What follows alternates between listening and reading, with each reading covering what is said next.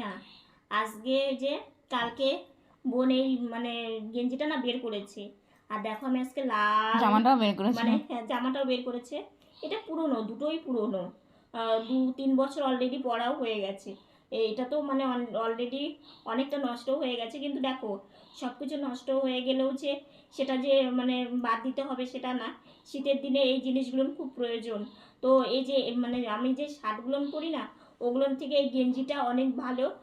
সেইভাবে গরম লাগে না, যেহেতু এখনকার সিজনটা কেমন বলো তো, এই গরম এই ঠান্ডা, আর বেশি ঠান্ডা লাগলেও ঠান্ডা লেগে যাচ্ছে।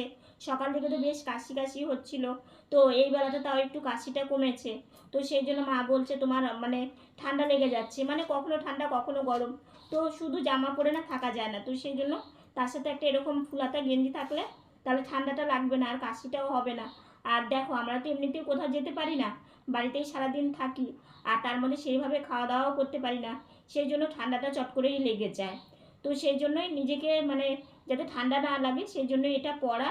তো ভিডিওটা কেমন লাগলো অবশ্যই জানিও, ভিডিওটা ভালো লাগলে সবার সাথে একটু শেয়ার করো আর আমার পাশে থেকো।